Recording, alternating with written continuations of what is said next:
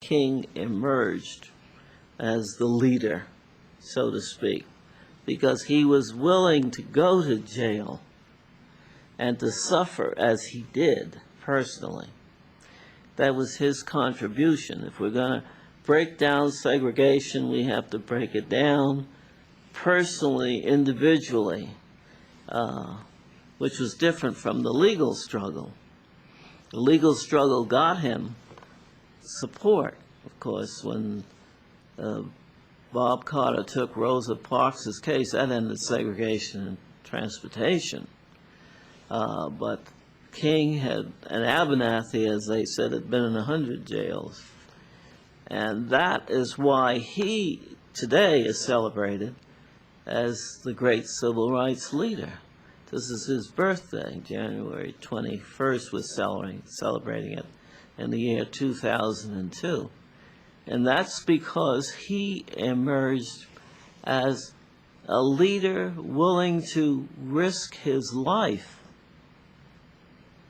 to end segregation, which he did. He risked his life not once, not twice, but maybe 100 times, which brought about the end of racial segregation. Were you close to him? Were you? Oh, yes. I represented him, as I told you, in that Birmingham situation in '63.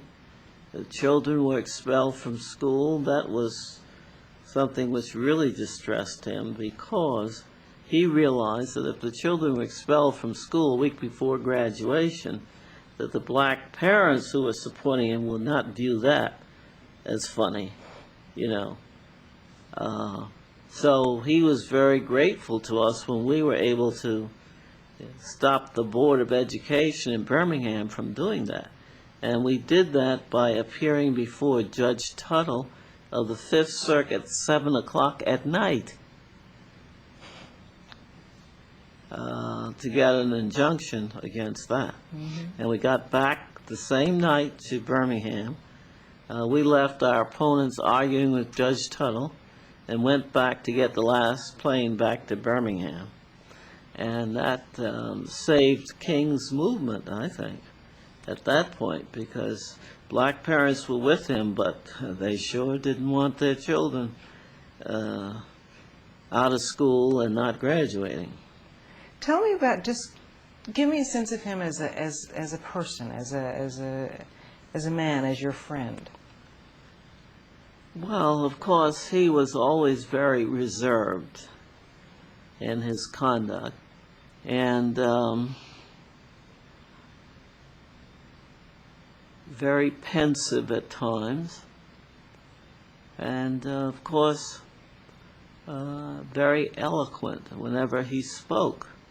That was the other thing that attracted people to him. It had been a long time since we had, I guess in the black community, heard anyone that eloquent in his messages. And so people were amazed, I think, really, by his ability to speak and to address a group and to move the group. I mean, he never spoke to a group that did not respond to him by getting up on their feet when he was finished and so forth. And of course, in Birmingham in May '63, there he was night after night in that church.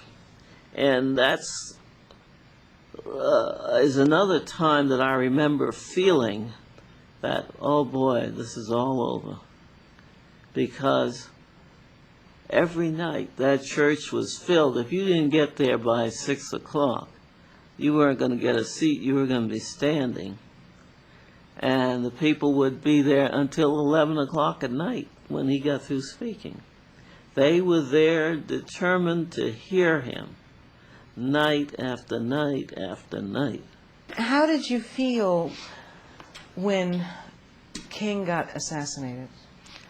Well, now, speaking of being shocked and being moved by something that, was just unbelievable.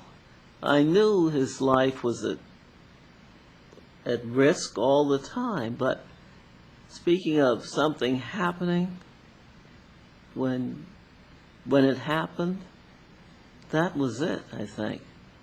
That, I thought, was, well, the most devastating thing that I have ever experienced.